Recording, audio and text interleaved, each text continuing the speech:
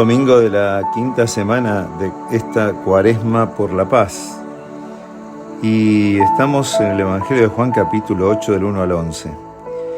Y cuánto amor sigue mostrando Dios, ¿no? Por la humanidad y por nuestra humanidad concreta, pobre, limitada y pecadora, pero también redimida y llamada a levantarse siempre. Cuánto por aprender todavía de su manera de amar, mostrada en Jesús. Cuánto nos falta también por aprender a vivir.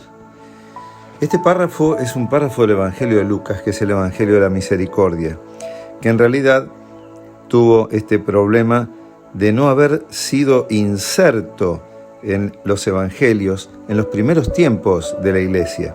Es el Evangelio de la adúltera, lo habremos escuchado muchas veces, encontrada en flagrante adulterio y que según la ley de Moisés se la debía dilapidar.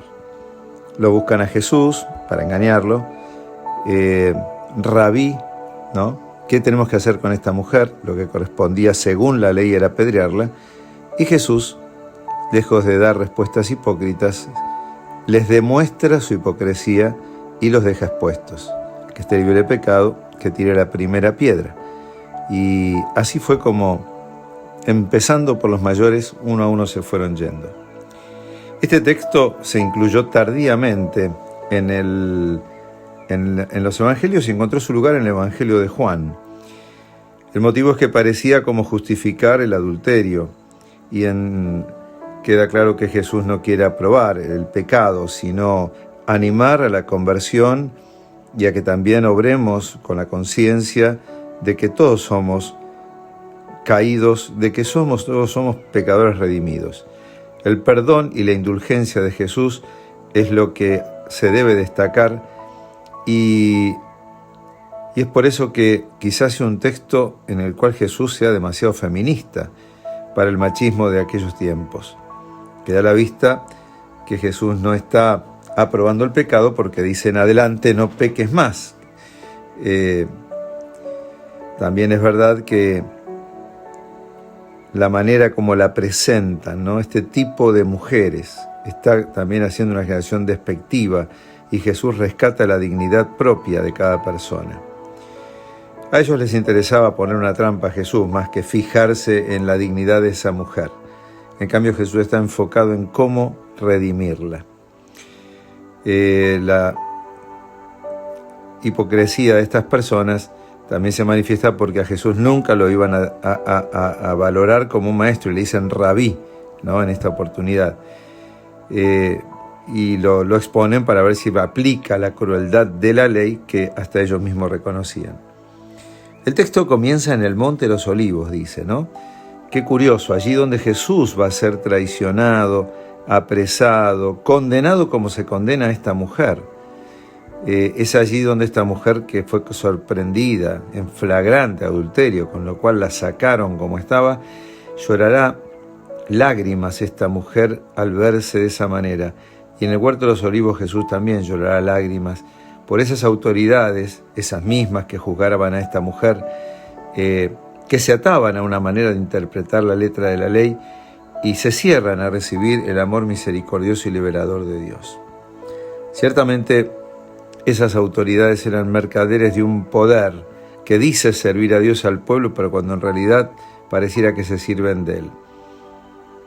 Nos podemos preguntar hoy si no hay todavía religiosos que miran más la ley que a las personas. Mientras tanto, dentro de esta iglesia de los religiosos de aquellos tiempos hay un Pedro que traiciona a Jesús y después también sabe llorar, como esta mujer, ¿no? Arrepintiéndose. También vemos en esas escenas de condena a la Virgen como madre que queda sola a los pies de un hijo muerto injustamente, con un argumento también de querer salvar la nación, y ocultan lo sagrado de Dios, que es la vida de cada uno. Es curioso también otro aspecto. Se fueron yendo y escabullendo entre los más ancianos, entre medio del pueblo, ¿no? Se fueron ocultando el rostro. Ni siquiera enfrentaron a Jesús diciendo gracias, nos abriste la mente, gracias por habernos ayudado a comprender. Y no, ellos pertenecen ya, fueron quizás atrapados por el poder de la tiniebla. Y lamentablemente en Jesús gobierna el poder de la transparencia, el de la luz, ¿no? Quizás nosotros podemos dar cuenta cuando nos ha sorprendido estar atrapados en sombras de tinieblas y escondidos, mientras que la obra de Jesús se hace a la luz del día. También vemos hoy el pecado de la guerra, ¿no? Estas personas se habían tomado piedras, tenían piedras en sus manos. Cuando uno tiene una piedra en la mano, a pesar de que acá la fueron soltando, son para acusar, son para tirar, ¿no? Y en este tiempo estamos viviendo el pecado de la guerra, de tirarnos piedras unos con otros. No podemos decir solamente que esa guerra está lejana. El que esté libre de alguna guerra en su vida, que tire la primera piedra, ¿no? Y Jesús nos invita a soltar las piedras y a abrazarnos con la misericordia. Hoy también frente a esta guerra están los que se escabullen entre medio de la gente, los que no dan la cara, pero son artífices de esa violencia, ¿no? Quizás pienso en los que fabrican armas, los que inventan armas, ciertamente son los que cargan las piedras al mundo, cargando a los gobiernos de armas que después de alguna manera tienen que usarlas antes que se le vuelvan obsoletas y se empoderan, ¿no? con esas piedras, con esas armas, lucran con vidas humanas y la destrucción del mundo. Bueno, es una realidad en nuestro tiempo que también tenemos que desarmarnos y soltar las piedras que en el mundo hay. El Papa está hablando mucho en estos días de la reacción infantil, ¿no? de hacernos enemigos permanentemente, y corremos riesgos de tener un mundo que va haciendo alianzas de guerras, alianzas de intereses políticos, pero pocas alianzas humanas de pensar en los que más sufren y saber cuidarlos. ¿Cómo vivimos nuestra fe? Una pregunta también para los que nos toca aplicar y vivir la palabra de Dios. ¿Esclavizamos a una ley o vivimos de un amor que libera, perdona y edifica? Es fácil tirarle piedras a los demás y acusarlos o condenarlos con la ley, pero más difícil es poner una piedra sobre otra para construir un templo de comunión, de amor, que disimule y diluya el pecado, como Jesús, que exaltando la misericordia lo sana y ayuda también a superarlo. San Agustín dice en esta escena, la miseria y la misericordia se encuentran.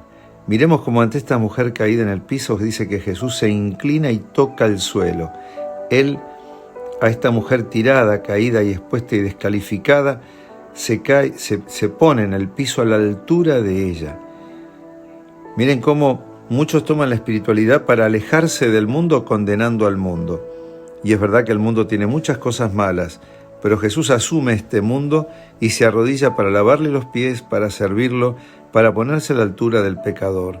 Desciende a lo más bajo de este mundo, pero para elevarlo. No teme ir a lo más bajo el que viene de lo más alto. A Jesús le ponen frente a un conflicto para resolverlo y Él lo supera sin la hipocresía, decíamos. Quizás todavía nuestro tiempo no esté preparado para tener la madurez que nos propone Jesús.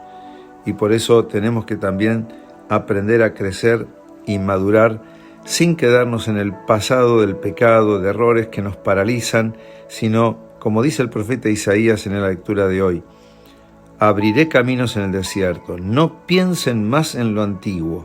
Estos hombres estaban dispuestos a dejar patente a esta mujer y paralizada y acabar con su vida a partir del descrédito y de esa condena. Es más, le iban a matar.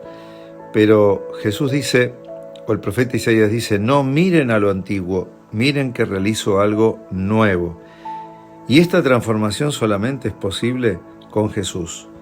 Aquella agua viva que brota en el desierto de las situaciones de oscuridad y pecado que nos tocan atravesar. Sin Él es imposible la transformación. Por eso nuestra fe no es enseñar una ley, sino mostrar el rostro de alguien que está vivo y resucitado.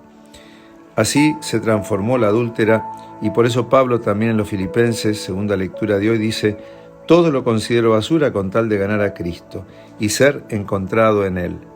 Me pregunto, ¿fuimos alcanzados por Cristo? Bueno, que así sea y nos bendiga el buen Dios misericordioso y liberador, que es Padre, Hijo y Espíritu Santo. Amén.